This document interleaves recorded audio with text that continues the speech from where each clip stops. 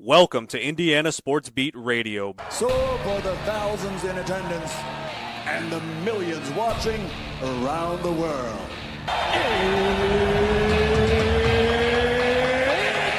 Time! Three on the way. Oh! It went in! It went in! And Indiana wins the ball game! Know your role and shut your mouth, you jabroni! Float game for the win! Ayla's gone. Goodbye. Touchdown, Indy. Woo! IU. America.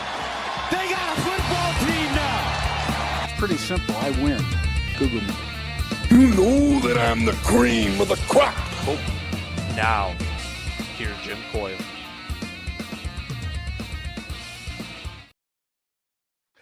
Hello, everybody. Welcome aboard Indiana Sports Beat Radio, coming to you on this Thursday. Glad to have you. Glad to be here.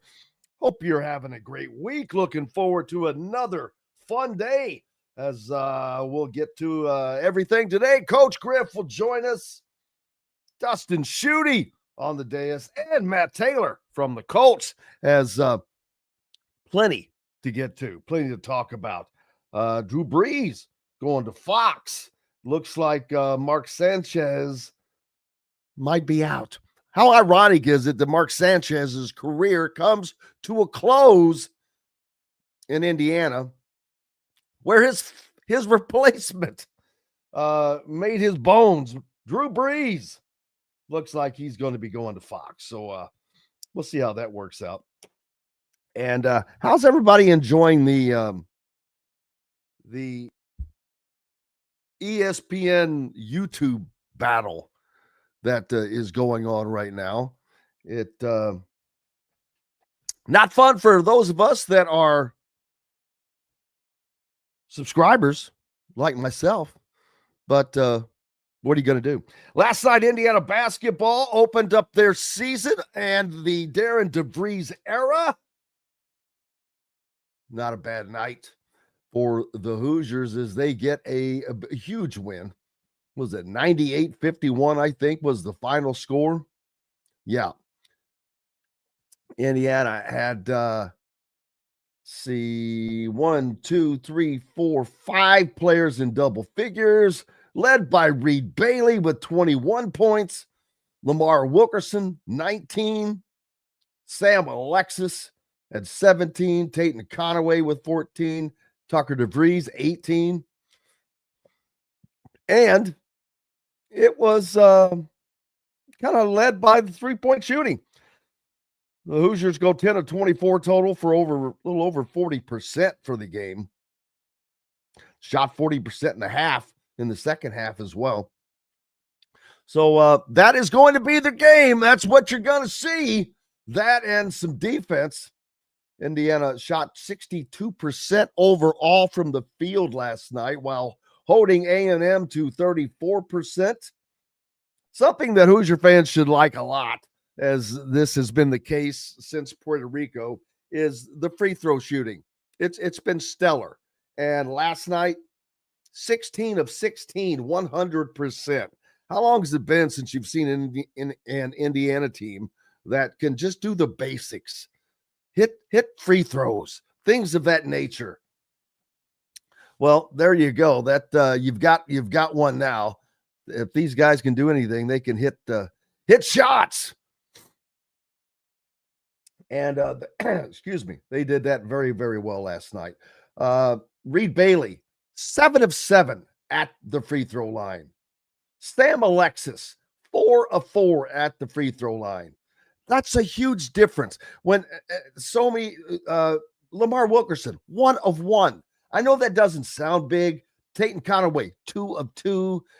I know that doesn't sound big, but you'd be on if you went back and added up all the numbers from the 2 of 4 and the 1 of 2, and well, that stuff adds up.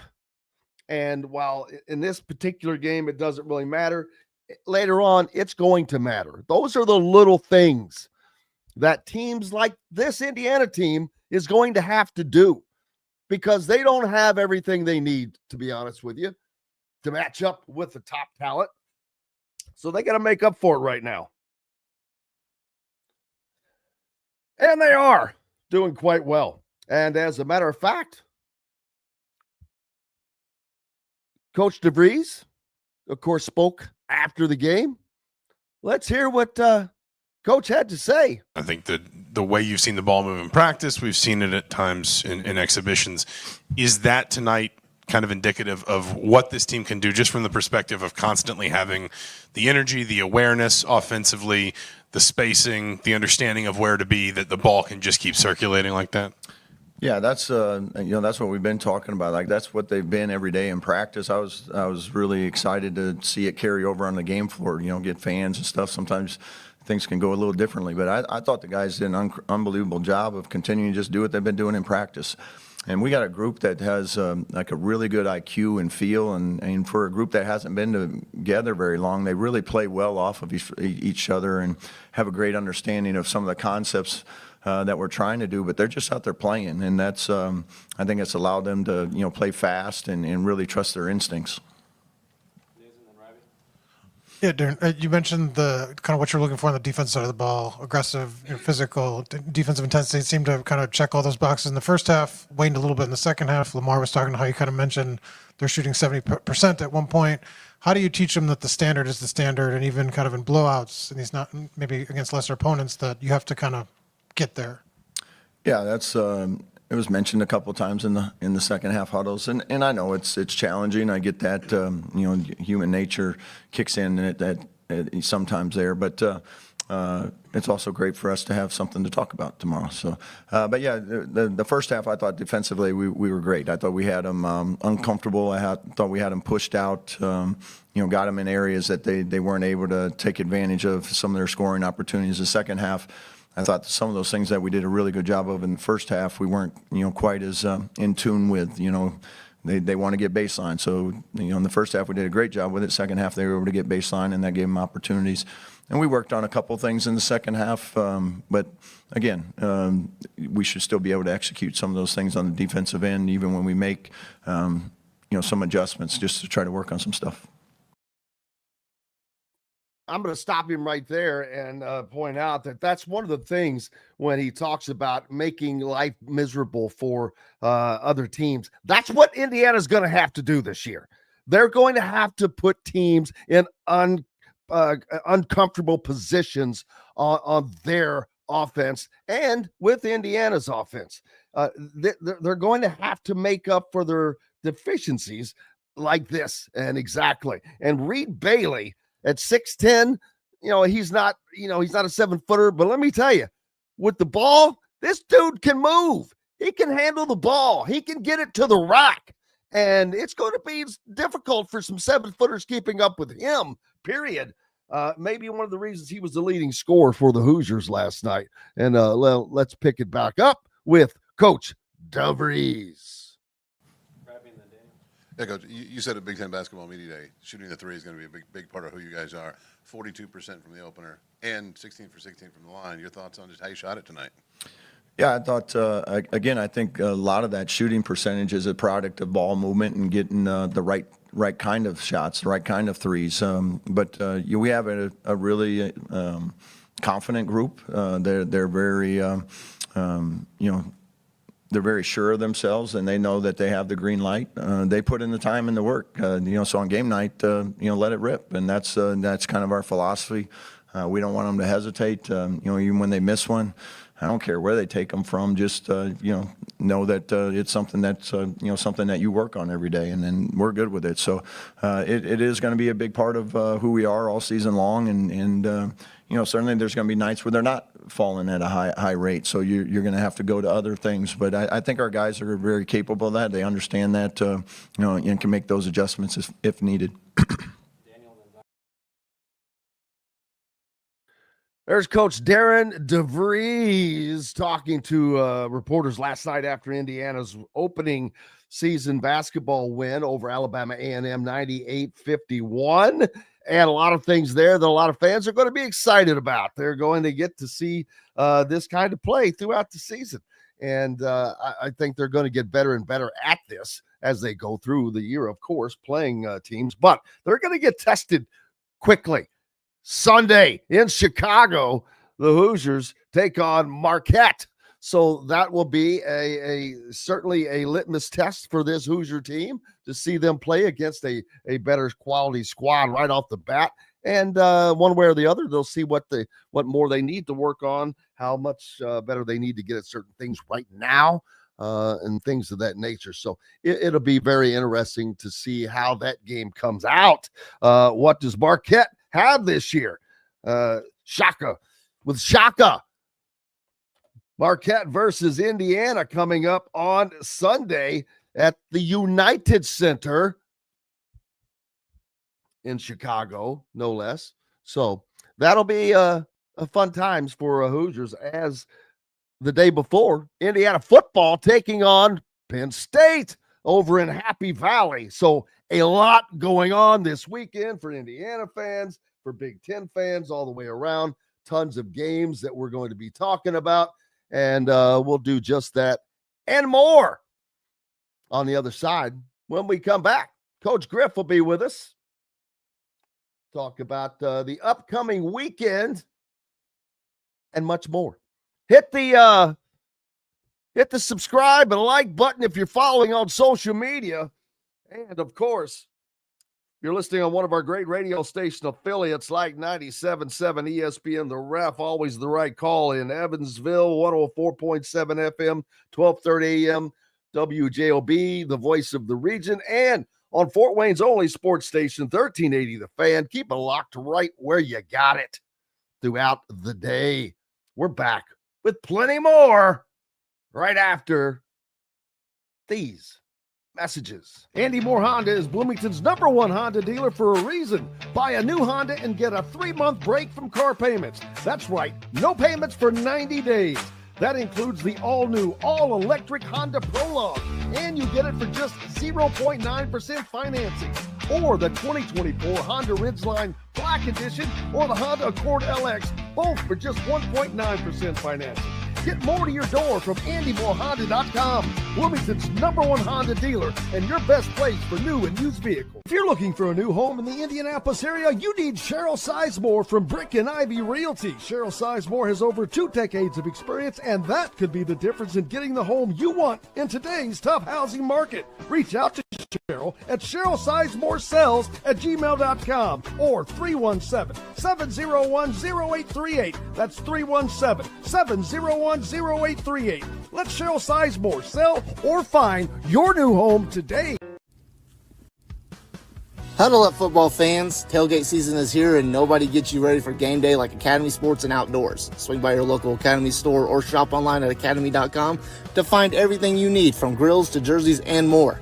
Be a watch party legend with gear from top brands like Nike and Under Armour, all at unbeatable prices every day.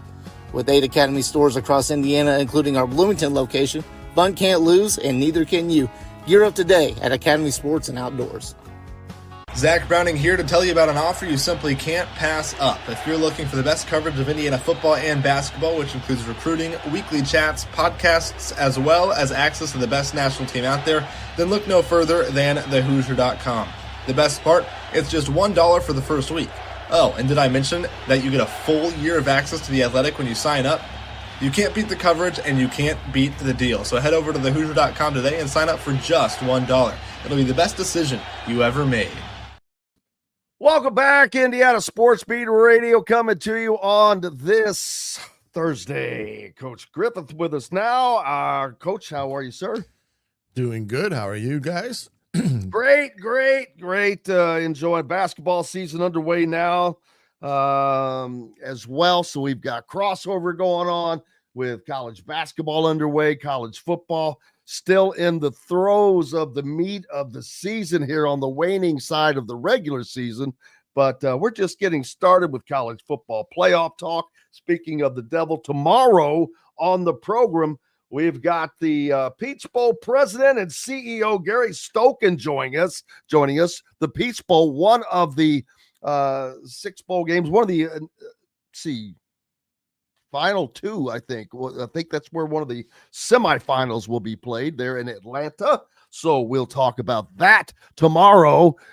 Indiana taking on the Nittany Lions this weekend in Happy Valley as Indiana, again, heavily favored going into this game, although this is quite different than what we thought it would be 1 month ago. Things have changed, and my, oh my, have they changed, not just with the coaching change, but Penn State is yet to win a Big Ten game. What a shock that is after starting the season ranked number 2 in the country.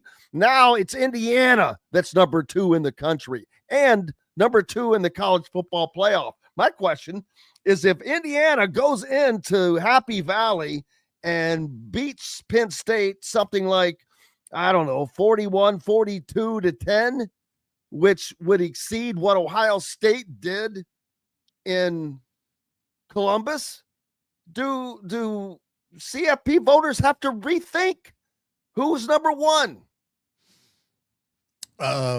No. Should they rethink who's number 1? Should they rethink? Yeah, because if you go by the prescribed, metrics of everything, some feel that not only should Indiana have been number 1, but even maybe Texas A&M had a case to be number 1 ranked. Well, I don't know about that, but I'm just saying if you're going by the true matrix of everything and resume, they feel, most feel that Indiana has a more complete resume at this point than what Ohio State does, as do some believe Texas A&M has a more complete resume. So I think there's some eye tests going on in this equation this year, or it seems to be. I mean, Notre Dame number 10 was an interesting aspect of the poll in that regard. Texas at number 11, 3-loss team. They've all but thrown out the first game for them, so they're treating them as a 2-loss team. That's kind of never been done. So there's some things that have happened in this week of the rankings. When you look at it, there's been some change, or at least there appears to have been some change with the poll and with how they seeded the teams. Yeah, well, the seeding definitely has taken trains this year. They're going to be seeding teams like they should be, like they should have last year, but that's okay. They learned from that, although it did cost Indiana a home game. And still, there's so many people are still thinking Indiana's going to wind up with a home game, and I'm telling you, they're not. They're going to wind up in the top 4, which means they're going to get a bye. And there won't be any home games by the time Indiana starts playing. They will start playing in the semifinal round, which means they'll be at either the Peach Bowl or the Cotton Bowl or the Rose Bowl, depending on who wins the Big Ten championship, which is where the Big Ten champion goes still. Yeah. So a lot of opportunities for where they will end up. That's the thing, is we don't know where they will end up until after the Big Ten game is played, which sucks because you cannot make travel arrangements. I know.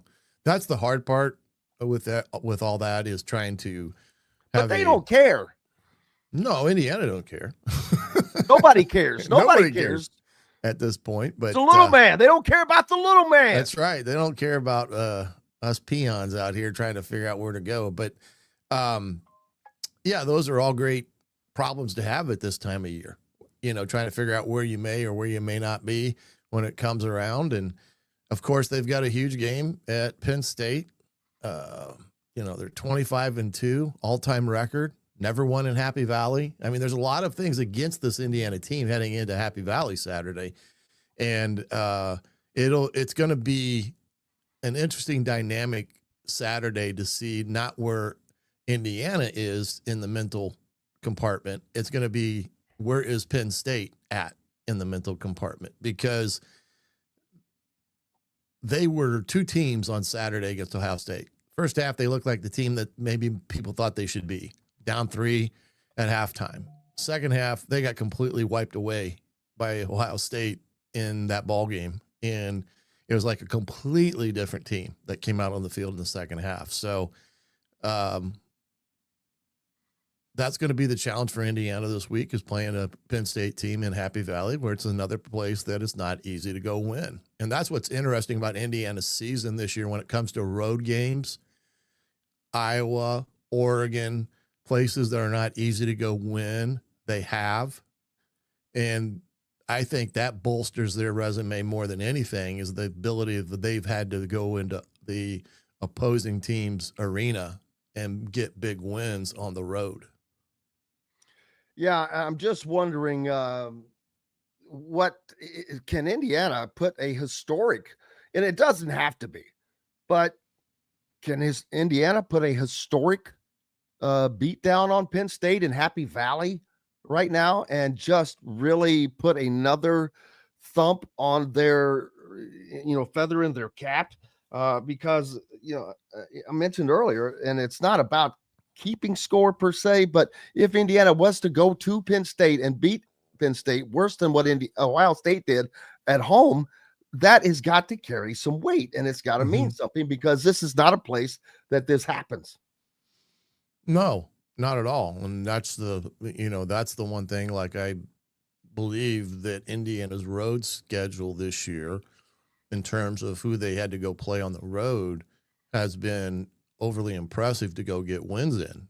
And even what they did to Maryland last week in Maryland's backyard was impressive. Another place Indiana has never played well at. They went in there and totally dominated a game from start to finish. So, this Penn State team, they still have some great players. Cratron Allen is a great running back that can, take over in some respects, but they've really had trouble moving the football.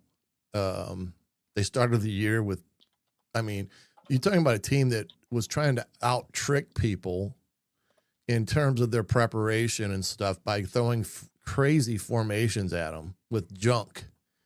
And that's one thing that I thought at the beginning of the year, is that, why is Penn State doing all this junk? They're a team that you can just line up and run the traditional formations and go pound it. And so I'm sure Indiana was going to be expecting, some junk. And this defense, though, that Indiana has this year, man, oh man, if they really rose to the occasion on each and every Saturday. Yeah, they're gonna face whatever Penn State's gonna have to do, whatever they can to try to win this game, which we saw Maryland last week. I don't know if you call it junk, but according to Fernando Mendoza, said, hey, you want to focus on trying to take away our passing game, which he didn't have his normal passing stats, but that was because that's where their focus was, Maryland, that is. However, in doing so, they gave up 360, nearly 370 yards rushing on the ground.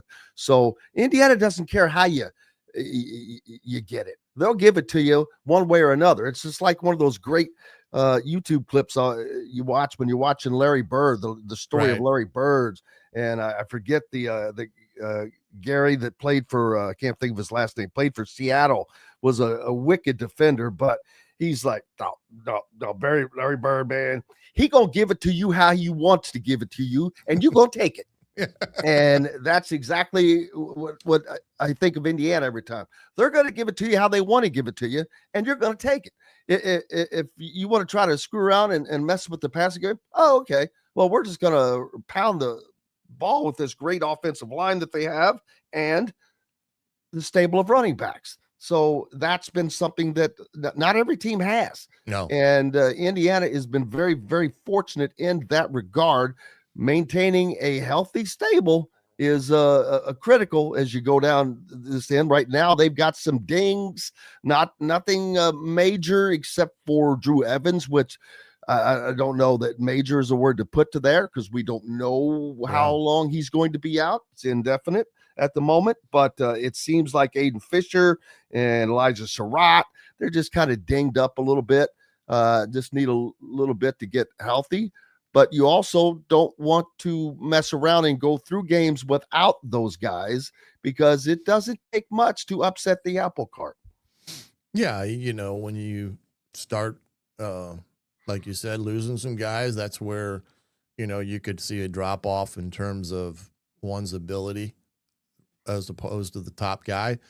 Now, I do think Indiana's depth is a is a whole lot better than it ever has been, because I think the guys that have stepped up and stepped into those roles and gotten some playing time have done quite well. And that's what, you want them, that next unit, to be able to do, is step into those roles and go play at the level that Indiana's been playing at. I think they've been able to accomplish that, with, on defense, Hardy and Jones taking more of the snaps. So that's the one impressive thing that I saw on Saturday, especially offensively.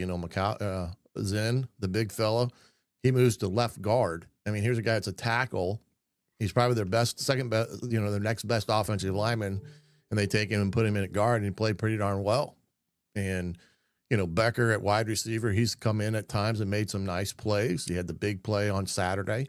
So they're getting some great play out of guys that are stepping into the role rather than being just the backup. They've stepped into being the guy at the head of the line. So playing well in that regard. I think you said something that I think is ultimately important, and I've been saying it for the last couple of weeks, is that they got to get this run game going, because you're getting in that time of year where you've got to be able to run the football effectively, and they've done it, back-to-back weeks, 263 and 363 yards in back-to-back weeks, and that's what you got to see at this time of year, is a team that can pound the rock and do it effectively. Well, yeah, a team that can do multiple things, which is what Indiana is doing, and what is helping them propel them to being one of the best teams out there. They have, when it comes to overall offense, they're as good as anybody. Now add in the defense that Indiana has. There are very, very, very few programs that are that good on both sides of the ball as Indiana. Indiana's elite on both sides of the ball. Mm-hmm. Elite. That, what that equals, people? An elite football team. Yeah. Add into that they're not making mistakes, coach. They're not beating themselves. They're allowing other teams to beat themselves. Indiana takes what you give them, and they make hay with it. Yeah, and that is the key component of what you just outlined there. What makes a good football team, and you have to have a defense that can flat out play and stop people, and you have to have an offense that takes advantage of what defense is put in front of them. Right? In Indiana, I think, has done that for the better part of the year, and done it in a way that has been overly impressive. Not just, they won by 10 or they won by, 7. These games that most of Indiana has played this year have relatively been double-digit wins when it comes down to it. And that's the impressive thing. Indiana's averaging 46.5 points per game, somewhere around not there. even close to anybody else in the country. They're number one in that margin for sure. But they're doing so well in other areas. Third down defense, third down offense, total offense. It's just, there's so many different areas. Passing yards per completion. And the stats aren't coming up today right now for some reason. That's a shame. Keeping them from you. I'm telling you, this is the NCAA. That's my favorite spot to go to because they have so many things, but not working right now. Daggone it. But, oh well. But yeah, this is an offense that can continue as you see it right now next season. Mm-hmm. I don't know, how to compare Fernando and Alberto, but I'd say they're pretty close. And Alberto, the great thing about him is obviously he's fine with learning, sitting back and learning, and knows that he's going to have his time to shine in the sun, whether it's a year or 2 years as Indiana's starting quarterback next year, because Fernando, people, ain't going to be here. Fernando ain't going to be in Bloomington. He's going to be in New York or someplace like that playing in the National Football League. So get used to that. But this offense is going to travel. You've got Lee Beebe coming back. So, they've got this is something that is sustainable, and it's going to continue to roll forward. And it's going to be fun for Indiana fans no matter what. But this could be an unbelievable postseason. It is going to be an unbelievable postseason. Last year was the greatest football season we've ever had, Coach. And I'm not talking about Indiana. I'm talking about in college football. And it's just as fun, if not as fun this year, because there's so many different teams that, Ohio State, Indiana, Texas A&M. Is Georgia a player? Alabama. And you know what? Those are the 5. Those are my 5. I don't think you go outside of that 5. I don't think that if you want to include Oregon in there, you can. I think that Indiana, just because you beat a team once doesn't mean everything. But when you go to their place and do it like Indiana did, that's saying a lot. It'll be interesting what they do against Iowa this weekend. Yes, it will be, because that's a very important game for both teams as well. If Oregon loses, I think they're knocked out, Coach, with a third loss. Well, they only have 1 loss right now, right? Yeah, they would be a 2-loss team. The thing that helps but Oregon, they're sitting at 9th, though. Yeah, they are. They're on the cusp of being in no man's land, but. What helps their case now is that Iowa is ranked 20th, which I think they are a top 25 team. Yes. And the fact they have to go into Iowa, which is, again, another tough arena to go play in. So that would help them in the event they would come up short. Now, overall, these are 2 teams that Indiana has beaten. So if Oregon loses, though, do they make the college football playoffs? It's going to be tough to compare them and Texas in the overall scheme of things because of how Texas has played here the last couple of weeks. I've got to take a break, but we'll continue this conversation. Dustin Schutte will join us next, so we'll add him in on the conversation as well. Perfect timing. Appreciate you being with us on this Thursday ahead of week 10 in college football. Lots more coming up from Indiana Sports Beat Radio right after these messages. Know a team or group needing a fundraiser? Boost Fundraising raises more money faster and offers the most unique and user-friendly online fundraiser in the nation. Your team receives personalized fundraising pages for each team member. Free team-branded promo gifts shipped to each donor. Boost Fundraising does it all. Sports teams, marching bands, charity causes, and community groups. Go to boostfundraising.com and be sure to enter the promo code COYLE, that's COYLE, to receive a discounted fundraiser. Whether it's a night out with the family, after work with colleagues, or catching the game with friends, Bubba's 33 is the place for you. Bubba's 33 offers a mouthwatering menu of selections that are all made from scratch every day. The portions are big, but the prices are small. And with over 50 big screen TVs, you'll never miss the big game. Bubba's 33, pizza, burgers, beer. Zach Browning here to tell you about an offer you simply can't pass up. If you're looking for the best coverage of Indiana football and basketball, which includes recruiting, weekly chats, podcasts, as well as access to the best national team out there, then look no further than thehoosier.com. The best part, it's just $1 for the first week. Oh, and did I mention that you get a full year of access to The Athletic when you sign up? You can't beat the coverage and you can't beat the deal. So head over to thehoosier.com today and sign up for just $1. It'll be the best decision you ever made. Huddle up, football fans. Tailgate season is here, and nobody gets you ready for game day like Academy Sports and Outdoors. Swing by your local Academy store or shop online at academy.com to find everything you need, from grills to jerseys and more. Be a watch party legend with gear from top brands like Nike and Under Armour, all at unbeatable prices every day.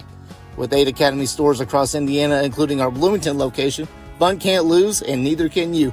Gear up today at Academy Sports and Outdoors. Welcome back, Indiana Sports Beat Radio on this Thursday. Glad to have you along. Couldn't be happier. And Coach Griffith is with us, as well as Dustin Schutte from Purdue Boilers on SI. How are you, sir? I'm doing great, Jim. We've got college basketball underway. We are in the mix of college football, the playoff rankings, and I've got a tea time today. What might be the last nice day to play golf. I've got a tea so time I'm excited. Today. I've got a tea time today. Some of us have to work. Hey, former Northwestern football coach Pat Fitzgerald said he feels 100% vindicated in the wake of the August settlement of his wrongful termination lawsuit against the school where he was the head coach for 17 seasons and who really screwed the pooch by getting rid of him, because I am predicting that Pat Fitzgerald will be the next football coach at Iowa. Not that they have an opening, but he's going somewhere. With all these empty spaces, actually, I mean, he may have kind of his choice in one of the coaches. I mean, there's other guys out there like Jeff Brom that are going to go, he's going to go somewhere. Louisville can forget it. They're not holding on to him. They're paying him just under $6 million a year, and there are some schools out there that could nearly double that. I don't know that Louisville would come up with that money, but they might. They just might, in order to keep him, because that's a perfect relationship for them. He's a former player, he's from there, went to high school there, the whole family, Brom family. But there may be a better place, an easier way for him to get to the college football playoffs, Dustin, than someplace other than at Louisville. Although you're in the freaking weak-ass ACC conference, what else do you want? Yeah, I mean, that's the thing, right? Like, that's going to be very interesting to me, because when he was offered the job at Louisville the second time, Purdue's AD, Mike Babinski, basically said, how much is it going to take to keep you? Like, basically offering him a blank check. And Jeff Brom said, this has nothing to do with money. So is he going to remain loyal to Louisville because that's where he wants to be? That's where his legacy is. That's where he played. That's where his family is. Or does he, as you mentioned, Jim, take the job at Penn State if offered, because he feels like he can get better recruits and maybe have a better shot at winning a national title? But if you're looking to just get into the playoff, I'm with you. I'd want to coach in the ACC, because you could go 9-3, and if you get into the ACC championship game, all you got to do is win one game at that point, and you're in. So, and what are they, 7-1 now? 7-1, 8-1, something like that? Yeah, but there is the fact that the ACC is getting one team, maybe two at best sometimes, where if you're in the Big Ten, you can be one of potentially four, and soon to be, it will be four. They will have 4 guaranteed spots at some point.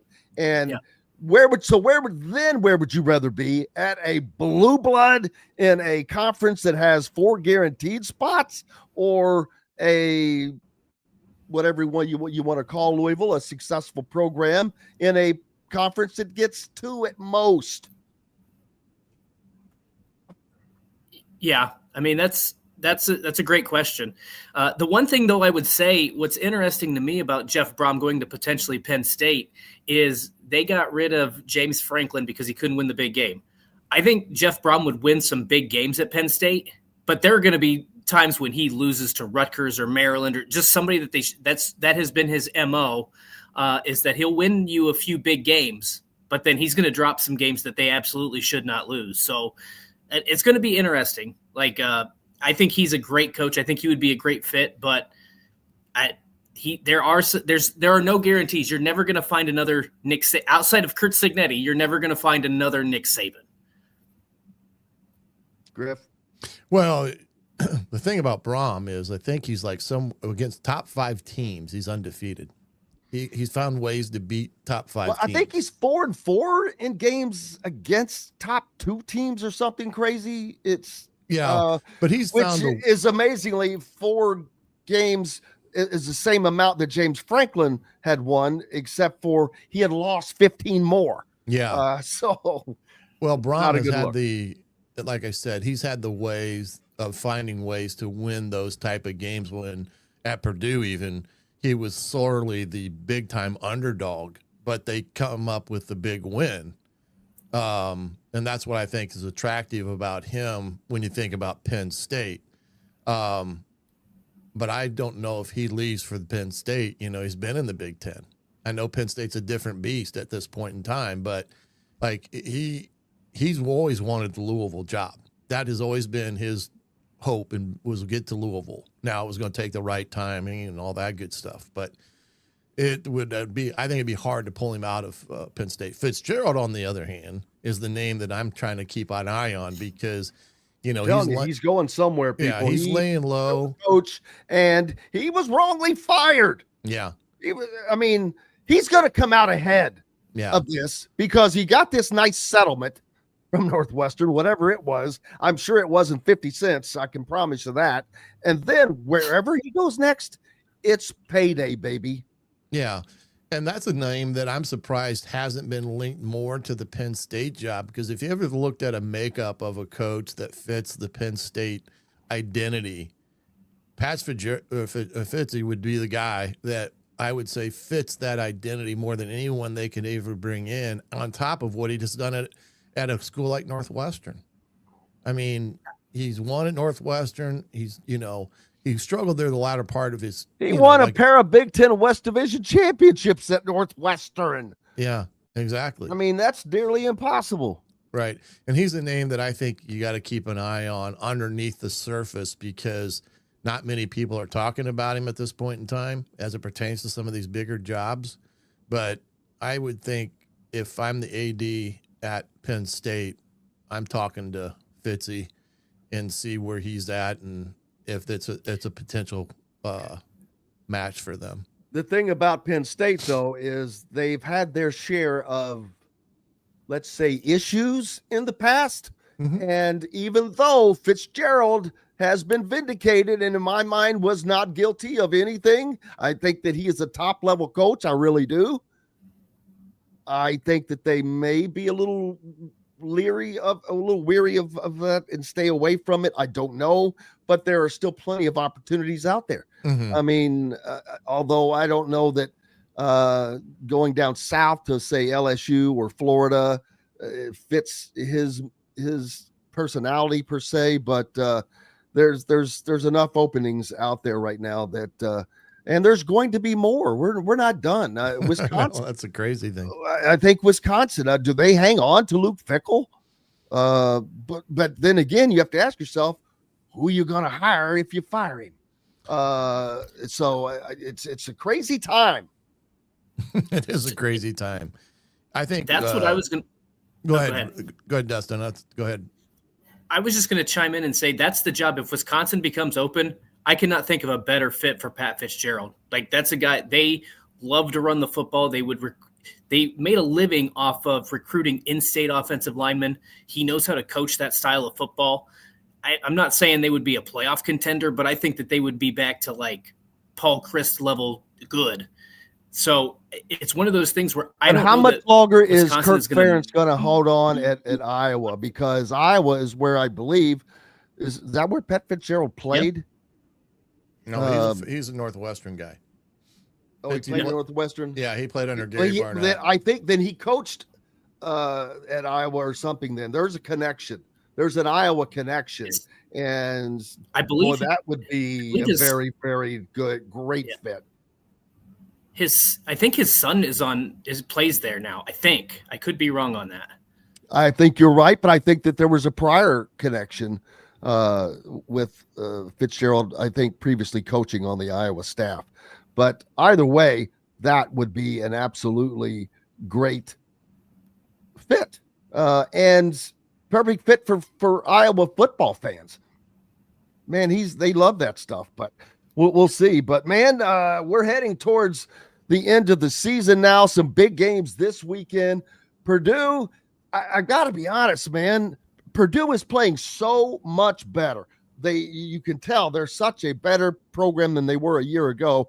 But at the end of the day, they're going to wind up with just one more win than they had a year ago, I think. And I'm more than surprised by that. Yeah, I mean, I think that they had their month of October. They had their opportunities to get wins there with games against Illinois, Rutgers, Northwestern, and Minnesota. They should have won 2 of those. And to be frank with you, they should have beat Michigan last week. Michigan was without Justice Haynes. They were without Cole Sullivan, their star linebacker. They were down a lot of players, and Purdue had every opportunity to win that game. And even if you just they should have beat Minnesota, Rutgers, and Michigan. So if you right then you're 5-4 and you're knocking on the door of bowl eligibility, maybe you feel a little bit more confident going into these last 3 games. Maybe you can sneak one out against Washington and Seattle. But I think that at this point, 2-7, they just haven't been able to make plays in critical situations. They've come up with big turnovers. They haven't been able to pick up first downs. Whatever the case has been, it's just, you're right. They're playing a lot better football. They're playing a lot more connected, I think. But it just hasn't resulted in wins. And I know that's been very frustrating for Barry Odom and their staff, but I think, this is where you put it all on the line these last 3 games, because you got number 1 Ohio State, number 23 Washington, and number 2 Indiana to close out the year. So I think you just let the dice roll and have some fun with these next 3 games, because you have nothing to lose. No, they don't, and they have a 2-week window basically to prepare for Indiana, which is always a good thing especially when you're playing a top tier team, is having 2 weeks to prepare. Yeah, Indiana will have that bye as well during that time, but I'm sure they're going to use that more for healing and just getting ready for the postseason, as that will be coming up very quickly, as a week after the regular season ends. The Big Ten championship, baby, in Indianapolis at Lucas Oil Stadium happens. Then you get some time off again after that. I think they'll get another about 3 weeks off after that game. Do you know how red Indianapolis is going to be on that first weekend of December? Because you're probably going to have Indiana and Ohio State in the championship game, and then Louisville comes to Gamebridge for that. It's just going to be a sea of red. Oh, that's true. All around. You won't even be able to differentiate between the teams. That's going to be crazy. It'll be a lot of fun for people that are there, but it's going to be crazy. Well, maybe that'll keep the rivalry down a little bit. Less fights that way. You can't tell who you're arguing with. You don't matter. Something I noticed by looking at the Big Ten Conference, and it's not a great thing, but one positive thing for Purdue is they have just as many conference wins as Penn State. So you got that going for you. But yeah, Penn State, Wisconsin, Michigan State, and Purdue have combined to go 0 for 22 in conference play. Michigan State hasn't won. No, that's what I'm saying. Yeah, they're 0 for 6. Wow, I thought that they had won one, but clearly I'm wrong. And you look over at the Southeastern Conference, and I see there's one team that does not have a victory in conference play. And while that there are still 1, 2, 3, 4 others that only have one, they all have one. And again, that shows a little bit of difference in even at the bottom. The SEC is a little bit better than the Big Ten right now. And that's right now. You can't let this schism grow. The Big Ten has got to get it together now and get their teams up to speed, man. They're wanting to fight for 4 guaranteed playoff spots. Well, you better make sure you've got 4 teams that deserve to go, because right now they don't have 4 teams that deserve to be in there, in my opinion, yet. Well, I agree, but I think if you look at just last year, the Big Ten got 4 in, the SEC only had 3. I think the Big Ten last year was far better than the SEC top to bottom. So we've had a shift. We'll see what happens with some of these coaching changes. Like if Penn State, do they make a home run hire, and are they instantly a contender? We'll see what happens with Wisconsin and whether or not they move on from Luke Fickell. And then I think Michigan could be really good next season. I think Bryce Underwood could take another step, a big step in in a positive direction. But that's a team too, Jim, where I think they play Northwestern and Maryland, or maybe Maryland Northwestern before the end of the season. They play Ohio State. They've had Ohio State's number. So what happens if they beat the Buckeyes in that final game? I mean, then you're looking at potentially Indiana, Oregon, Ohio State, and Michigan. So there are still some opportunities there. If Michigan were to beat Ohio State, they would play Indiana in the Big Ten championship. Yeah, but that's what I'm saying. So they're probably a lock to get into the playoff. And Ohio State at 11-1, even though I don't know that they have a signature win outside of Texas, and I don't even know how good of a win that is, they're going to get in at 11-1. So I think it's likely that they'll have 3 teams this year, but there is a chance that they get to 4. Yeah, it's going to be interesting. The SEC, no doubt, will have 5 teams in. But then I wonder about other conferences, schools that look like they were a lock early on. Not so much now, especially within the ACC.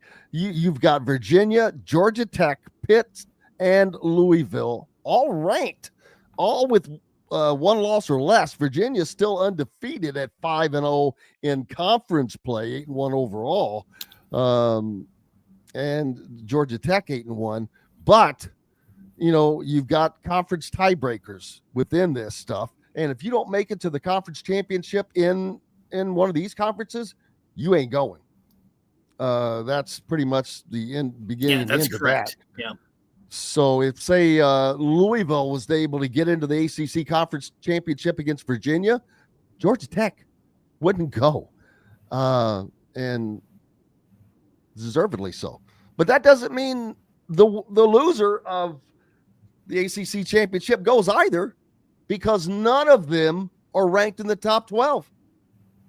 The champion would get to go, right? But I think the ACC gets 1. It's a 1-bid conference this year.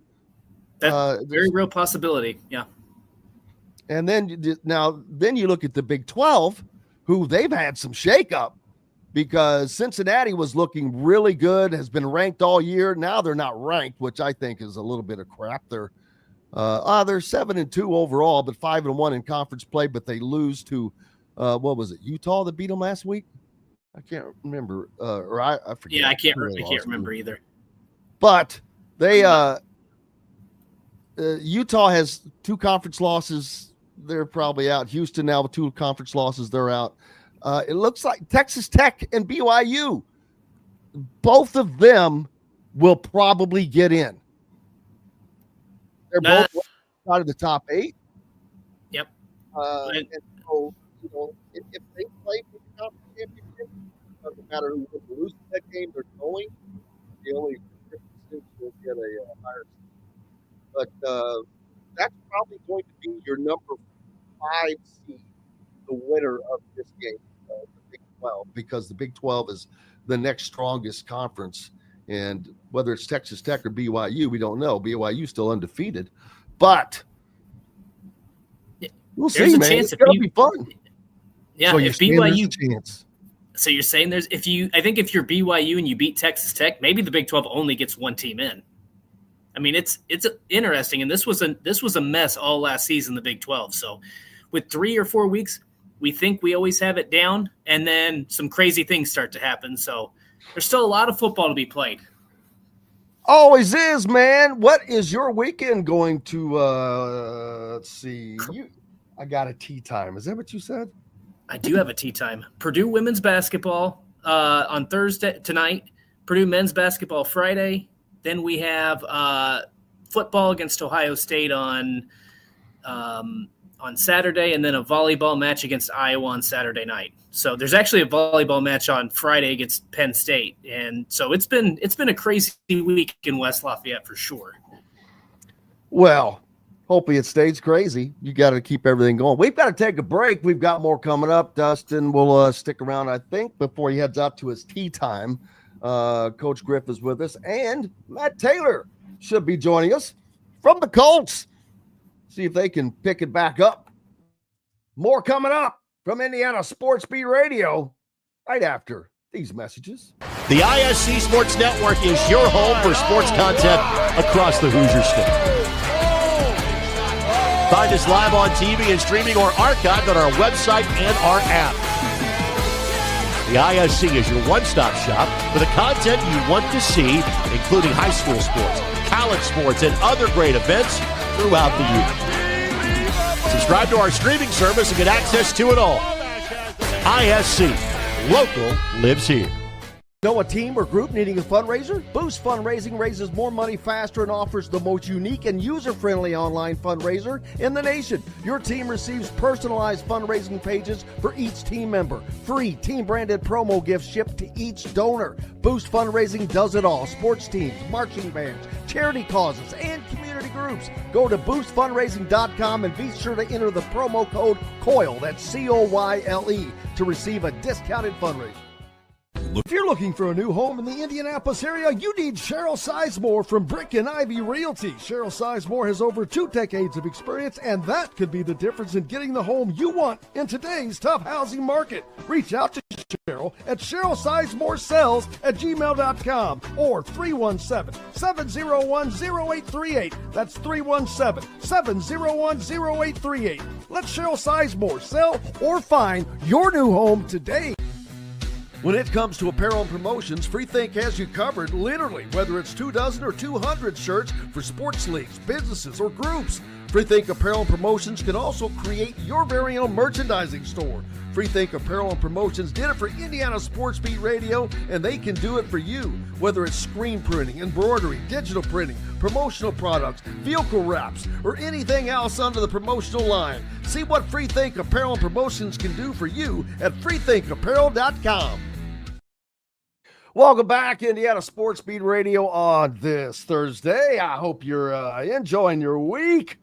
Jim Coyle with you as always. Dustin Schutte from Purdue Boilers on SI with us, and Coach Griff as well from the Hoosier.com.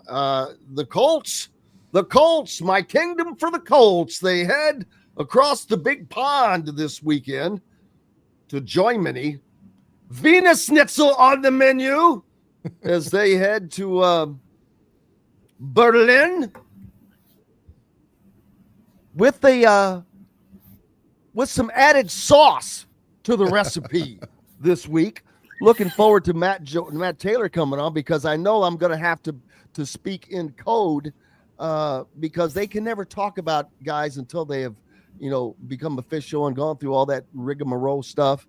So I'm going to have to speak in code when he joins us. Hey, Matt, what's your favorite sauce?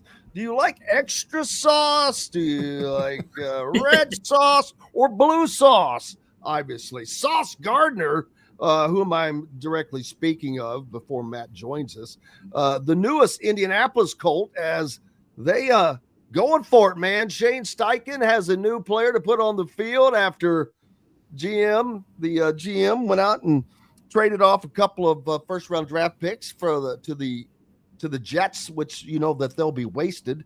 They'll probably end up getting those guys back one way or the other anyway. But Sauce Gardner, quarterback, really strengthening up the Colts defense. I mean, I love this, to be honest with you. I love this trade. I love the look. I love the fact that their offense is playing extraordinarily well at a high level. What can we do? Oh, let's make our defense a little stronger.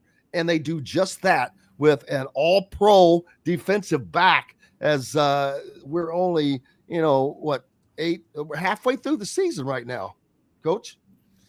Yeah, I mean, it was a trade they needed to do because of their limitations there in the secondary. They gave up a lot. That's the one thing on this trade, is they did give up a lot. But as they always say, if you want something, you have to give something. And unfortunately, the Colts needed a secondary piece that they have been missing. And we'll see how it all pans out. I mean, the things about trades are there's two phases of trades. One is the here and now, which the Colts are more worried about than the latter, which would be for the future. So they were willing to give up some of what may be the future to further here and now. Yeah, I think Matt joins us in the next segment, so we can talk about it all we want, but he won't be. It just dawned on me. I'm like, I think he's the next segment. So what are you going to do? But, hey, I talked about this, and I know you're not going to be covering the Boilers. You won't like this much, but I talked about the real possibility, and it would take a lot of things falling into place. But how crazy would it be for Indiana to win the Big Ten championship, to win a national championship, to have a Heisman Trophy winner, and for the Colts to win the Super Bowl? Now, yes, it's crazy. I get it. I'm not saying it's not. But guess what else it is? Every one of those all are very possible to happen. I don't know if I'd say very possible to win a national championship, but likely. I mean, I think that they've got a 1 in 4 shot at worst amongst this. Heisman Trophy, well, that's going to be tough because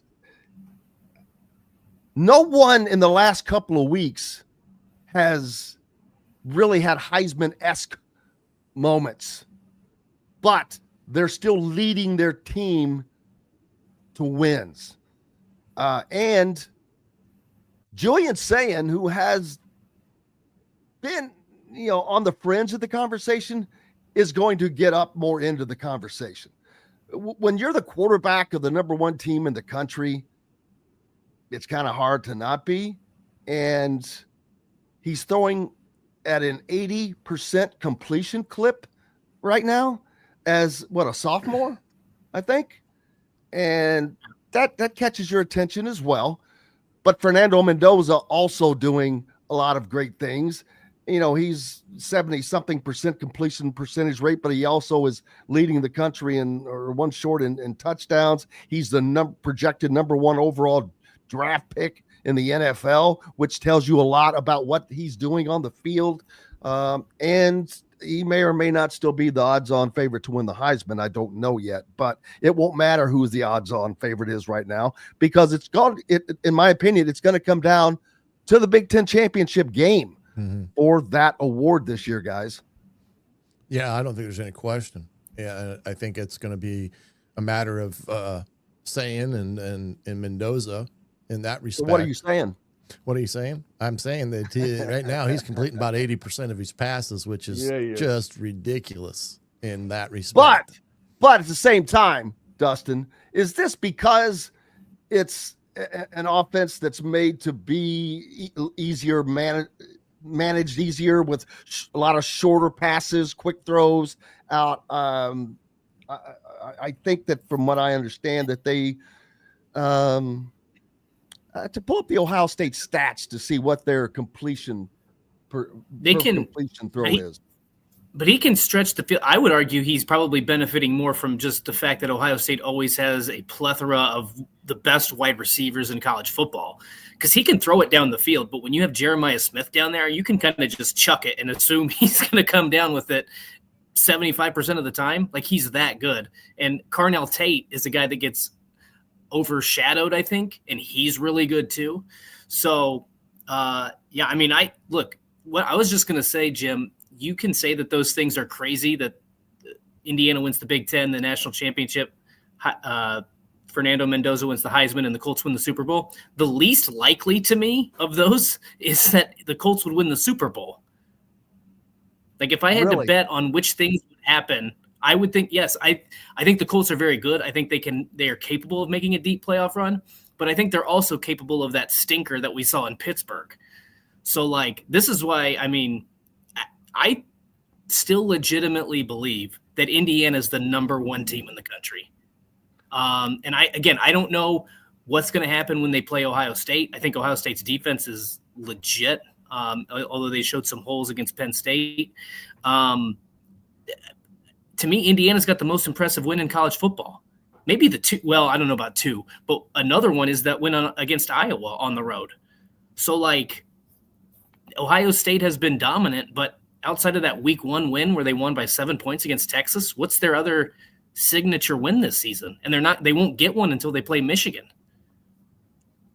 Yeah, and there's a lot of other things as well that I'm kind of slowly putting numbers together, Coach. But you've watched both teams play, and we've heard all about Ohio State's defense, and there's no doubt it's good. It's they're allowing less than 7 points per game. Yeah. But Indiana's is not exactly stinking it up. They would probably be averaging about the same exact if you took away the plays that they've allowed on broken coverages. Those broken coverage plays we've seen in the secondary. It happened again at Maryland when a guy fell down. Only the second half touchdown they've given up this season. But a guy in the secondary falls down and he's able to score. But Indiana is just, I think that, like right now, I'm looking at rushing yards. Okay, for the season, Ohio State has 1,226 yards total rushing. Indiana's Kalon Black has 619, and Kobe Martin has 601, or Roman Hemby has 601. So almost Indiana's top two running backs have the same amount of rushing yards total as Ohio State's entire team, which includes about 14 different ball carriers. So Indiana can run the ball and does run the ball much more effectively, I think. From a passing standpoint, total yards, Indiana's at 23-33. Ohio State's at 22-74. So, let's call that even. Yeah. Passing is very, very similar, the same. But the running game could be the difference between these two teams. I don't know. We'll find out. We can talk about it all we want, but we're going to find out. Well, I don't think Ohio State offensively has had the running game that they're accustomed to having in the past. I don't necessarily think they've got, a guy that they can put back there and just, feed him the ball 30 times a game like they have been able to in the past. And again, defensively speaking, they're both identical in a lot of ways. I think what Patricia's brought to Ohio State compared to what Knowles did is Patricia's more of a pure line it up, play sound, play gap responsibility, and go and turn it loose. And I think that's what you've seen from Ohio State this year more so than last year, where Knowles can be a little bit of a pressure guy that wants to always bring heat. And sometimes if you don't have the back end on that, you get burnt one or two times. It's 88 out the gate. 88 out the gate is exactly where Dustin's going. He's got a tea time. Tea time. I will see you guys next week. I appreciate you having me on, and have a good weekend. Well, as Vince Vaughn would say, I hope you fall out and knock out both your front teeth. Enjoy it, buddy. Enjoy it. Have fun. Hit them straight, buddy. Dustin Schutte joining us here on Indiana Sports Beat Radio. Coach Griffith is still with us. It's just going to be cool. Of course, we're putting the cart ahead of the horse a little bit. But you know what? Oh, so I think we got to start planning for it. Why not? But, it's the what has been. Let's talk more about Penn State. What has been their problem? Now, obviously, they've lost their starting quarterback. Yeah, and I've never been a Drew Aller fan. Yeah, I think didn't either. I thought he was just he was an okay manager. Yeah, I thought he was a manager. But they didn't have great offense to manage. Yeah, that was the thing. You've got to be able to throw the ball and have guys to throw the ball to. Yeah, they've lacked even to be a good manager. Well, they picked up some guys in the portal. Pena, kid from Syracuse, a couple other guys. One of their top receivers is a kid they got from Troy.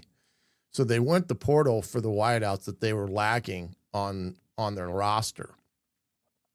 And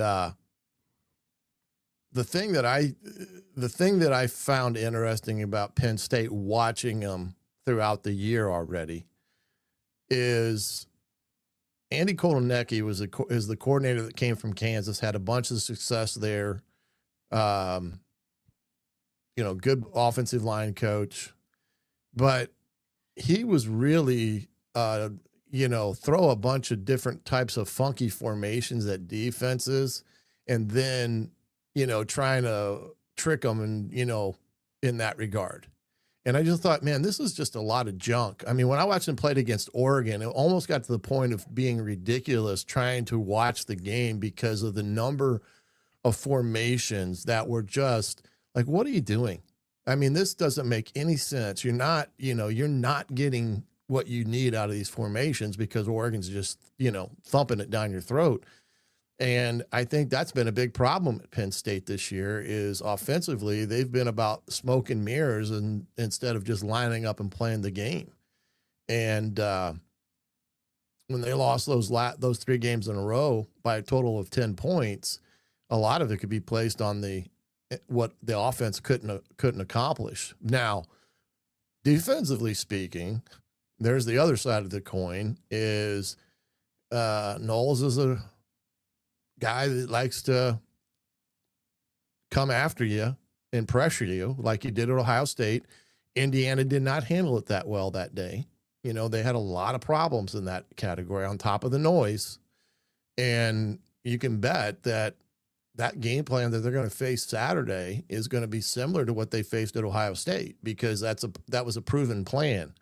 So you're going to see a lot of some of the similar things that Indiana faced at Ohio State a year ago, especially running the football. I think what he'll try to do is he'll try to outnumber them with zone pressure stuff to keep them out of the run game and go one-on-one with their DBs against Indiana's wide receivers out on the outside. So that's going to be the whole thing is can Indiana beat the pressure coverage outside Saturday if Penn State wants to take away the run game and then match up their corners against Indiana's corners or Indiana's wide receivers. That will be the question mark for me in that respect Saturday. Well, here's right into that. Here's a stat for you. Talking about comparative stats, and I'm going to get off this Indiana-Ohio State thing, but I caught this last little thing. I'm kind of jumping around. Defensively and offensively, interception-wise, Indiana's thrown, I think, 4 interceptions on the year. Mendoza has. Mm-hmm. And Julian Sand has thrown 3, I believe. Something to that effect. Ohio State's defense has come up with 5 interceptions on the year, while Indiana's 13. Yeah, big difference. Big difference. Yeah, and that's huge. And that's the 5 interceptions on the season. That's boy. Yeah, they're theoretically a +2 in that arena. Indiana, turnover margin wise, is a big time turnover team that has been able to get the big turnovers that have resulted in points this year, just like they did last year. And those are huge because it's almost giving you 2 touchdowns when that happens, when you get an interception. Well, I saw last week at Maryland when not just the interceptions, those are something. And that Lewis Moore interception, that was NFL. That was an NFL interception. But I was more impressed with the 2 forced fumble takeaways. Yeah. Mm-hmm. I mean, and when I say forced turnovers, they were just that. They were forced. They were literally taken out of the hands of the runners. Boykin with the first one, stripped it, picked it, scooped it, scored. And then Byron Baldwin said, hey, I like that idea. Did the same thing. Stripped it, knocked it out, scooped it, picked it up, and fell on it for Indiana in the late in the second half. But forcing turnovers. I mean, literally just taking the ball away. Yeah. So, hey, we've got to take a break. Got more coming up.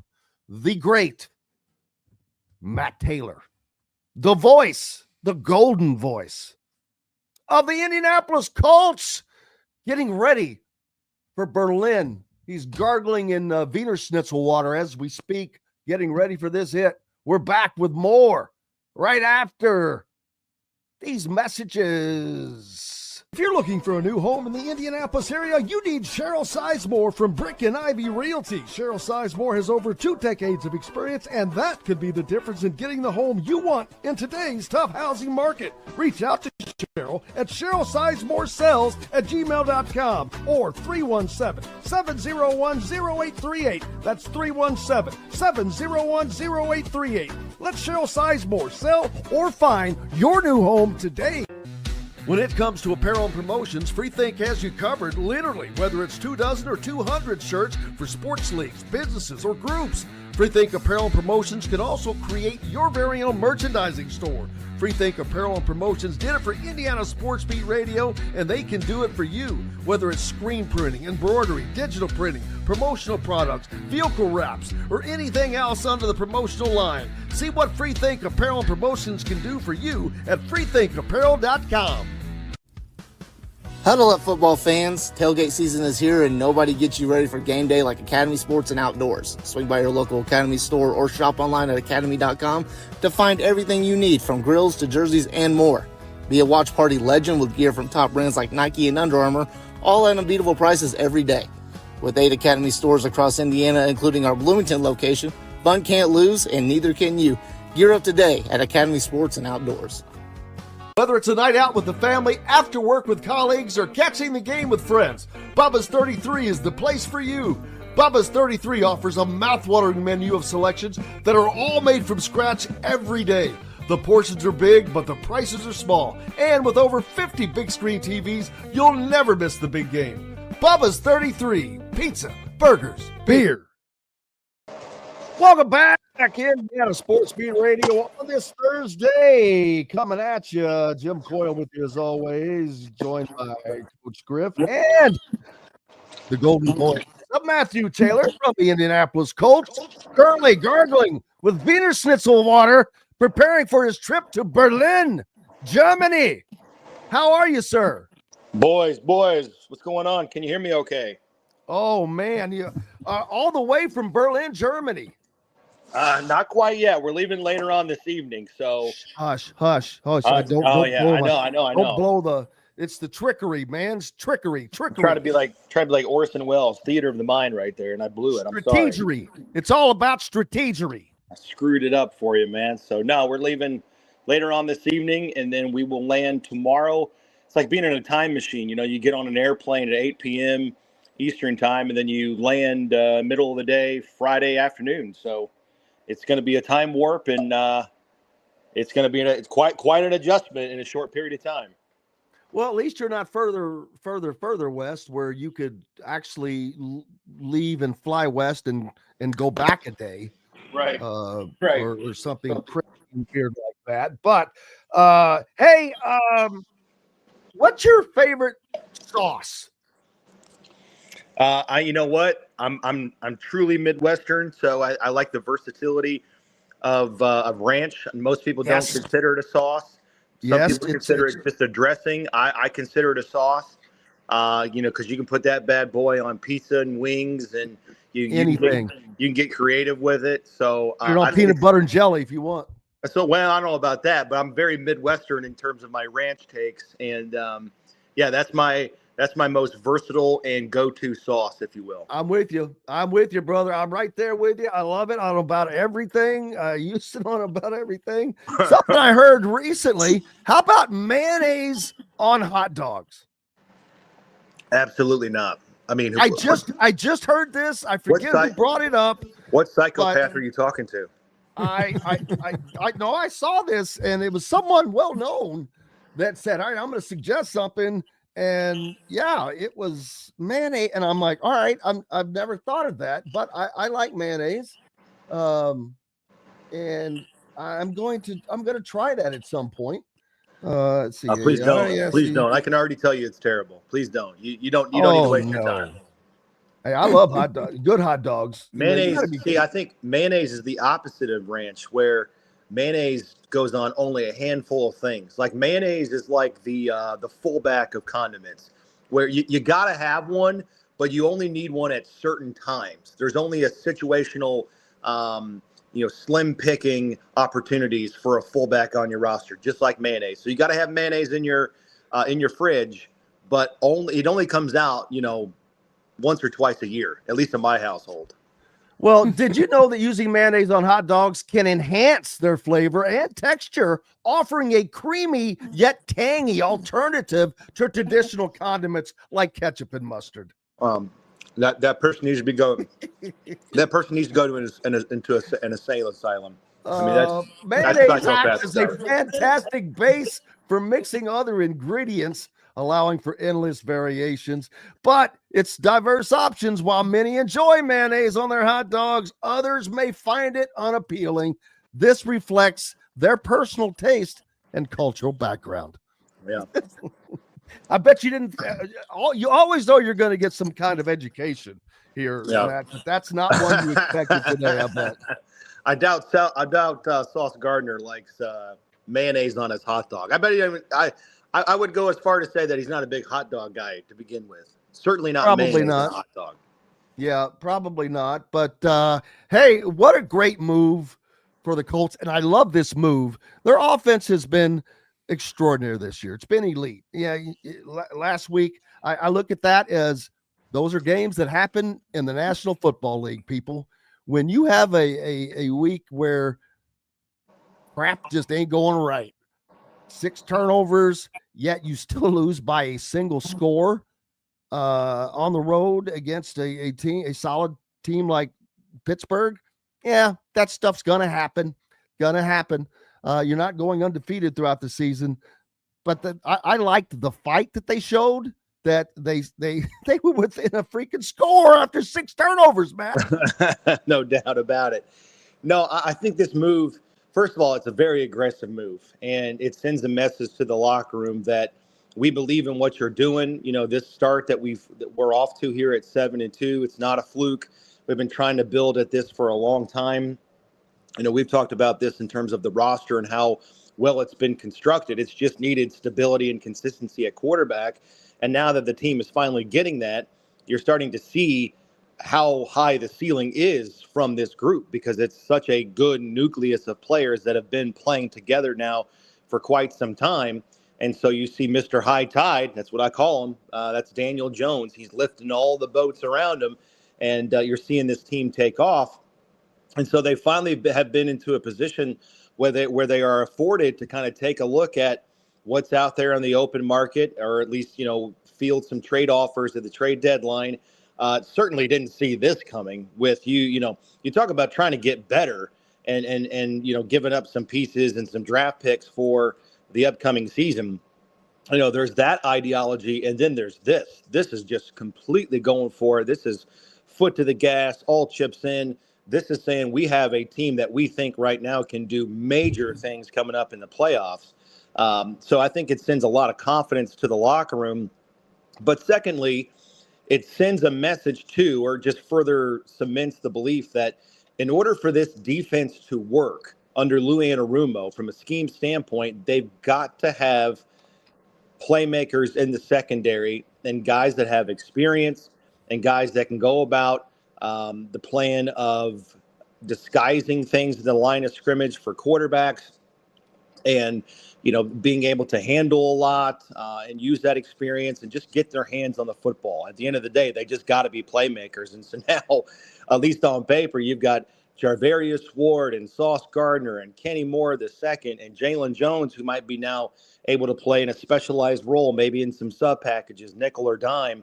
They've been trying to get this secondary stabilized all season, not because of lack of aggressiveness, just because of injuries, right? They've had a ton of injuries and guys are in and out of the lineup. And so, hopefully once Ward comes back after the bye, coming off of IR, that first game after the bye against Kansas City, you could see a full deck, if you will. Hopefully, knock on wood, you get everybody available to go, and you see just what the full potential is of a secondary now that includes Sauce Gardner.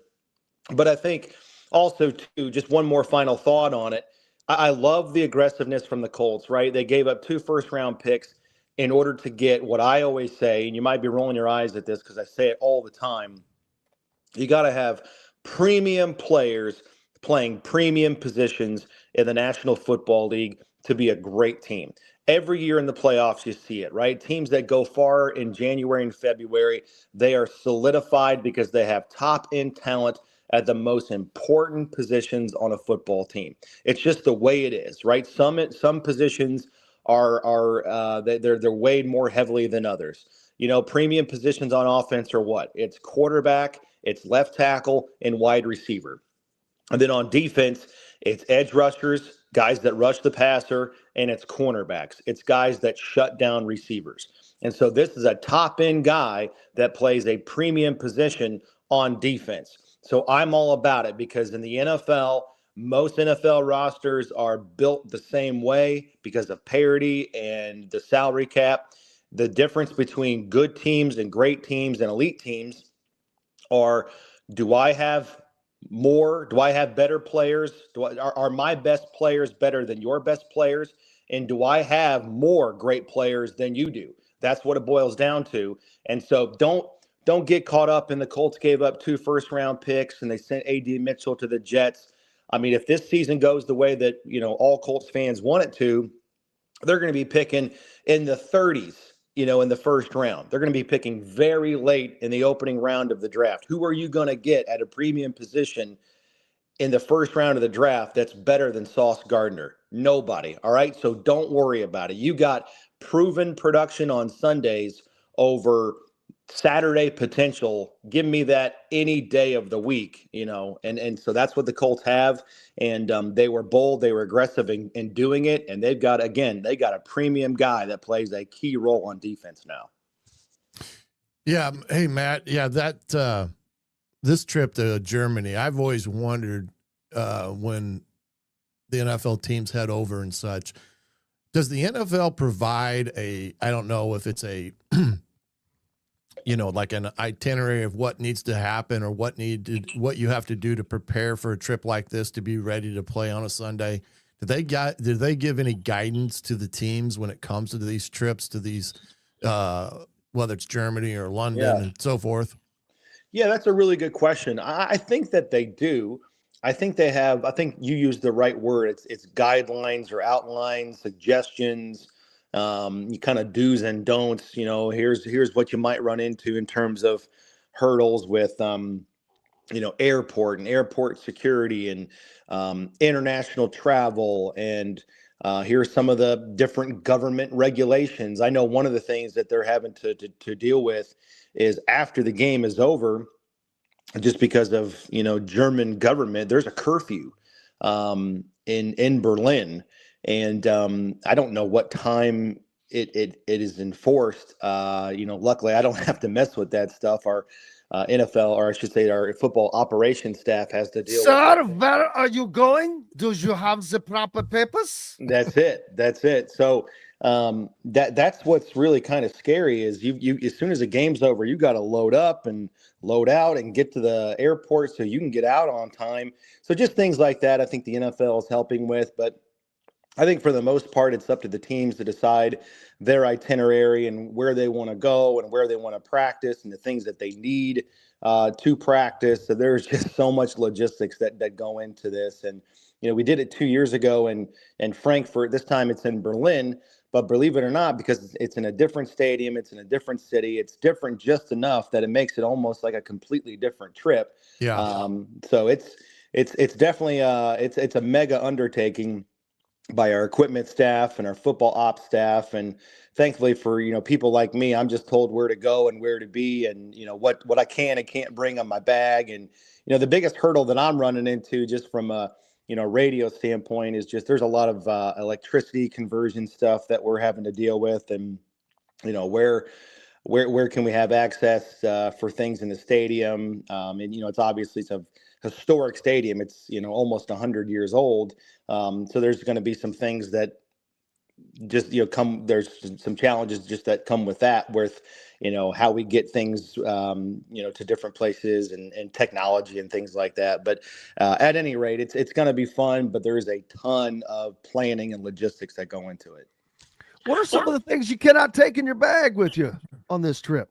Well, it's just little things. I mean, when we fly domestic, we're kind of spoiled where we don't really have to. I mean, we go through security, and it's a chartered flight, so we go through security, but we don't have to worry about, how big our bag is. We don't have to worry about, fluid sizes. You just bring shampoo and toothpaste and things like that. You just throw it in the bag and you go.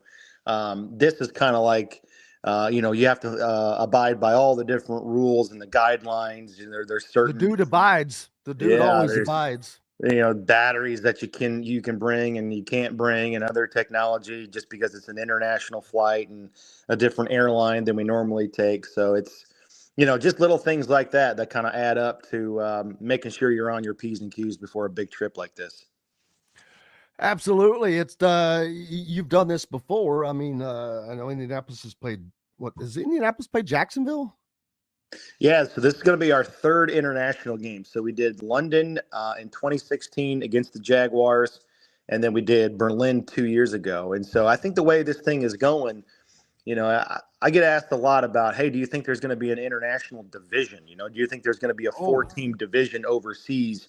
And it's kind of like, the AFC International, whatever, a team in London, a team in Spain, a team in Dublin or something. I think what's more realistic to happen is that you're going to see 16 games a year played internationally, where every team plays one game a year overseas, and it'll just kind of be rotated. It's kind of grow the game more globally that way by shuffling games from different sites and venues and countries. That's what I think is more realistic to happen when it comes to logistics. Yeah, it's very difficult to move an NFL team, and I don't mean move by as in homes. I just mean for a trip. The equipment is mind-boggling. I don't think people have an understanding of just the amount of equipment. Forget the people. Forget all about the players. Forget the coaches. It's the equipment. It's massive. It's like moving a company temporarily. But the NBA is kind of heading in that direction, Matt, but it's a lot easier with basketball than it is with football. You've got 12, 13, 14, 15 guys versus 60 and everything else. So, well, I don't want to say it's easy to do 16 games a year, but I think it's easier to have hypothetically 4 full-time international teams that are based in, again, have one in London, Spain, and Ireland and Germany or whatever. I think think about it. If a guy gets waived on a Tuesday and then he gets claimed the next day on Wednesday, just adding. I don't want to say that like the NFL can't afford it, right? Because it's the 800-pound gorilla. It's billions and billions of dollars. But just think about how expensive it would be to pay for all of these flights for players that come and go from all of these teams all year long to try out or practice, or they get signed after being waived. Just all the different scenarios, and then just from a rule standpoint, all these deadlines always occur at 4:00 Eastern time, and that's middle of the night almost, depending on where you are internationally, which is just a different wrinkle to it. So I don't know, maybe they could figure it out, but I think it's more realistic that every team plays one game overseas per year to continue to grow this thing globally. Take the NFL to all the different corners of the globe. Matt, the college football playoff first poll of the season came out this week on Tuesday. Ohio State at number 1. Not a big surprise, being that they were the reigning champion, although Indiana gave a reason to be number 1. They come in number 2. Pretty good. Pretty good for the Hoosiers as they take. And then this weekend, Matt, they go to Penn State to play a Nittany Lions team that has not won a Big Ten game. I know. How about that? That was ranked number 2 to start the season.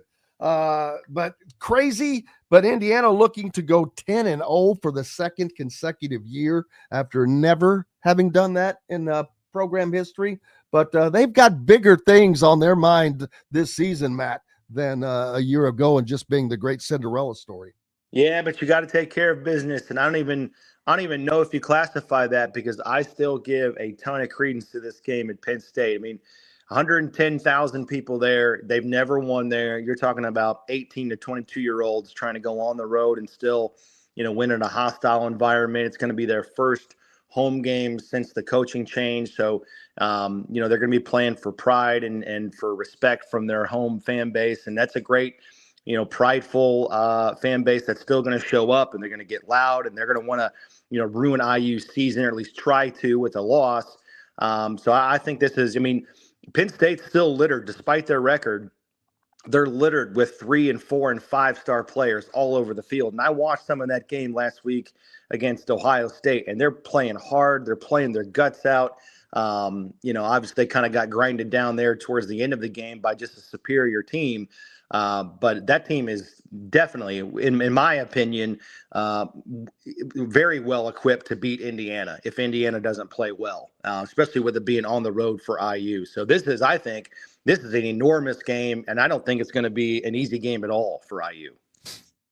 Yeah, I don't think it is either, Matt. I think you're correct. And again, the only bright spot is that Cignetti has never, and this group has never faced Penn State at Penn State, so they may not be totally aware of the 25-2 overall record, never winning in Happy Valley. But I know that Kurt Cignetti. I promise you, Kurt Cignetti knows. I was going to say, because he's a Pennsylvania guy, he understands the monumental aspect of this ball game Saturday. But there, I think Jim alluded to this earlier today. It's kind of, I don't know if it's ironic, but to see how well the Indiana offense and defense has performed this year, and then look at the Colts in that same, viewfinder, they're pretty similar when you really sit down and look at, especially offensively speaking, what both these teams like to do offensively. You ain't lying. It's been so joyous, just as a Indiana fan, and obviously doing what I'm doing for the Colts, Saturdays and Sundays. That's like offensive utopia. I mean, that's almost like 70 points a weekend when you watch those two teams play. No, I mean, offensive line protection for the most part has been terrific. Ball placement and accuracy by both quarterbacks. Mendoza and Daniel Jones has been on point. You've got 3 good running backs. You've got Hemby and Black. I mean, Black just runs his tail off. I mean, he just runs people over. He has so much force behind his pads when he runs with the football. I know Hemby does too, but I mean, Black has a handful of plays every week where it's like, gosh darn. I mean, he's just running people over, trucking people. And then obviously Jonathan Taylor is just premier as premier can get, from where he sits, leading the NFL in rushing still. So no, I mean, it is. And I think, again, as it relates to just the Colts, this is what we've been talking about with, it's the same amount of guys last year, except for Tyler Warren, right? I mean, Taylor was here last year. Pittman was here last year. The entire offensive line was here. In fact, you got the guys that were here, but you have 2 new starters. Those are just plug and play guys, and Bortolini and Gonzalez along that offensive line. You got Downs was here a year ago, and this, what a difference a quarterback makes, right? Guy that can get the Colts in and out of, into good plays, out of bad ones, and just very cerebral, and a guy that cares and puts in the work, and has a chip on his shoulder, coming in from New York, based on how that exodus went from the Giants. So it is a terrific experience watching football as a Hoosier, citizen, IU fan, but also watching the Colts every Sunday, man. Usually they put up a lot of points. Last weekend was a little bit of a blip on the radar for the Colts, not taking care of the football. But they know the mistakes that they made. They've got 2 really good edge rushers, Pittsburgh that is, and Alex Highsmith and TJ Watt. Those guys wrecked the game. So, don't really freak out about it. You have the things that you have to correct and the mistakes you got to clean up. But other than that, you just keep on rolling and go about your business on the road in Berlin against the Falcons here. Absolutely. Enjoy it. And you'll be the Colts going up against Michael Penix Jr. back to starting. He is. Yep. He's going to start. The former Hoosier and Husky, of course, but the former Hoosier quarterback going up against the Colts this weekend over in Germany. But man, that's going to be a little rough life for him as this defense is picking things up, and he's getting his indoctrination into the NFL still this year. Yeah, no doubt about it. I mean, I think he's I saw a weird stat on him the other day, kind of researched it further. So this will be his 11th start. And when he is over 60% completion percentage, he's 4-1. And when he's under 60% completion percentage, he's 0-5. And so he kind of had an up and down, tenure at Indiana. Obviously dealt with injuries. He's dealt with an injury so far this year. He had some rocky completion percentage games for the Hoosiers, and we saw kind of how that went. And it's kind of, delivering it out the same way in the NFL to this point. But they've got game wreckers too on offense, guys that he can rely on and not have to do too much. Just deliver the ball where it's supposed to go. They've got Drake London and Bijan Robinson and Kyle Pitts. And that offensive line's pretty good. Their defense is kind of middle of the road, but they are elite in terms of pass defense. They are only giving up 158 passing yards per game. So plenty of talent on both sides of the ball to give the Colts some trouble here. Matt, enjoy your trip. Bring us back some Venus Schnitzel, and we look forward to talking to you next week. Absolutely, guys. I appreciate you. We'll talk to you next week. Thank you, sir. The great Matt Taylor joining us here on Indiana Sports Beat Radio on this Thursday ahead of another big sports weekend. Coach Griff is with me. We've got more coming up. We're back with it right after these messages. Andy Moore Honda is Bloomington's #1 Honda dealer for a reason. Buy a new Honda and get a 3-month break from car payments. That's right, no payments for 90 days. That includes the all-new, all-electric Honda Prologue, and you get it for just 0.9% financing, or the 2024 Honda Ridgeline Black Edition, or the Honda Accord LX, both for just 1.9% financing. Get more to your door from AndyMooreHonda.com, Bloomington's #1 Honda dealer and your best place for new and used vehicles. If you're looking for a new home in the Indianapolis area, you need Cheryl Sizemore from Brick and Ivy Realty. Cheryl Sizemore has over 2 decades of experience, and that could be the difference in getting the home you want in today's tough housing market. Reach out to Cheryl at CherylSizemore@gmail.com or 317-701-0838. That's 317-701-0838. Let Cheryl Sizemore sell or find your new home today. Huddle up, football fans. Tailgate season is here, and nobody gets you ready for game day like Academy Sports and Outdoors. Swing by your local Academy store or shop online at academy.com to find everything you need, from grills to jerseys and more. Be a watch party legend with gear from top brands like Nike and Under Armour, all at unbeatable prices every day. With 8 Academy stores across Indiana, including our Bloomington location, fun can't lose, and neither can you. Gear up today at Academy Sports and Outdoors. Zach Browning here to tell you about an offer you simply can't pass up. If you're looking for the best coverage of Indiana football and basketball, which includes recruiting, weekly chats, podcasts, as well as access to the best national team out there, then look no further than thehoosier.com. The best part, it's just $1 for the first week. Oh, and did I mention that you get a full year of access to The Athletic when you sign up?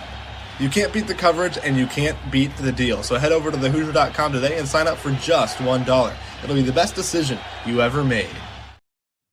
Welcome back, Indiana Sports Beat Radio on this Thursday. Glad to have you along. Coach Griff with me as well. It is another big-time sports weekend, week 11 of the college football season. I said week 10 earlier, Coach.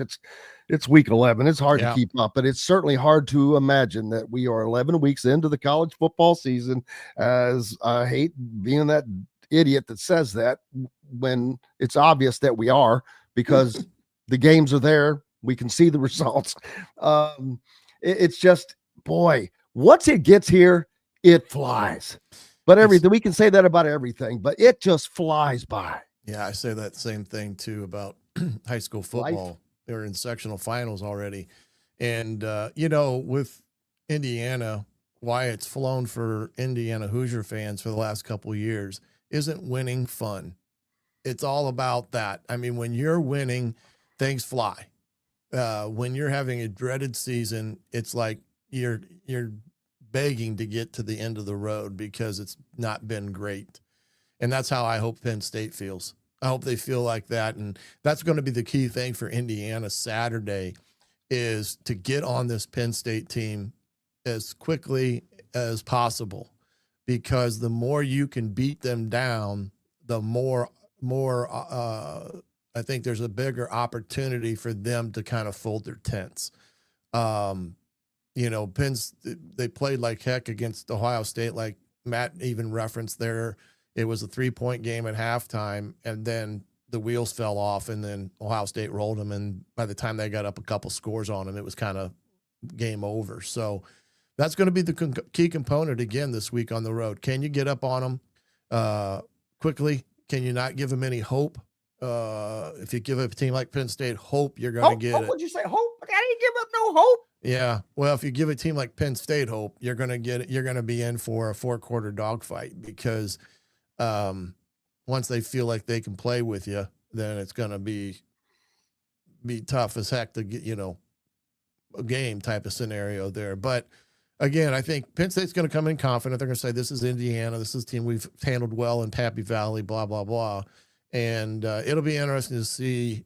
Terry Smith, the head coach, earlier this week made a comment about they're going to make sure that they're throwing the ball deep, because they haven't thrown the ball deep enough in their games that they've played in, that they've almost forgotten about on the outside. So there's some inner issues, personality issues now, especially between the head coach, interim head coach Terry Smith, and these two coordinators in terms of what he wants them to do and what they're kind of willing to do in that respect. So I got a feeling there's some egos involved in that staff room.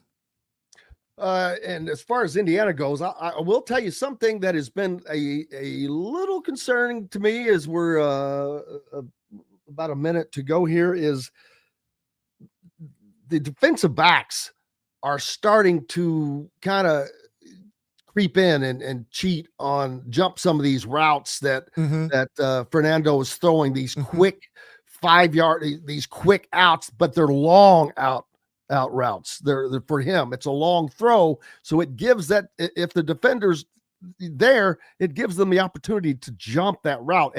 And that happened with the interception at Maryland.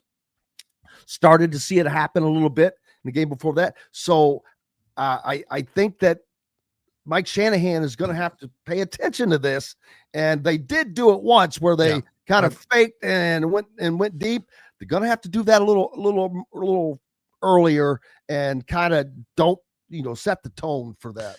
Yeah, the one they ran to Cooper was what we call sluggo, slant and go, which was the perfect call at the right time there, because you're right. They're squatting on routes. There's a lot of teams that are squatting on routes, and they've got to start double moving some of their routes, especially. Now, the interception that Fernando threw was more on him than anything, because that was a poor read. He was trying to throw from the right hash all the way back through the left, the biggest part of the field, number one. And then number two, is 3rd and 4. You didn't need that throw. You didn't need that throw on 3rd and 4. Check it down and get you guys they were running a mesh route, and he would have had the first down. So that one to me was more on Fernando than it was anything. But outside of that, you're correct. You got to take mental notes if these guys are sitting on your routes, especially the RPOs, because those are the easier ones to, sit on. You're going to have to find ways to double move them and try to make them honest as possible, because those are the ones that can hurt you. That one Saturday almost hurt them for a pick 6. Luckily, they were able to stop them, and then the defense held them to 3.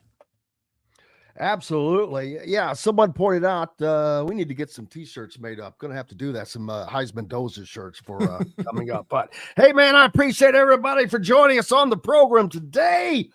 Big thanks to each and every one of you. Most importantly, without you, we've got no reason to be here. Back tomorrow to do it all again as we get you ready to head out for the weekend. Get your picks for the pick'ems for on the ESPN college pick'ems for ISB. And don't forget to go to thehoosier.com, subscribe, and put yourself in the drawing for one of these beautiful On 3 embroidered Adidas jackets. back tomorrow to do it again. For Coach, I'm Jim Coyle. I will see you on the radio. Thanks for listening to Indiana Sports Beat Radio.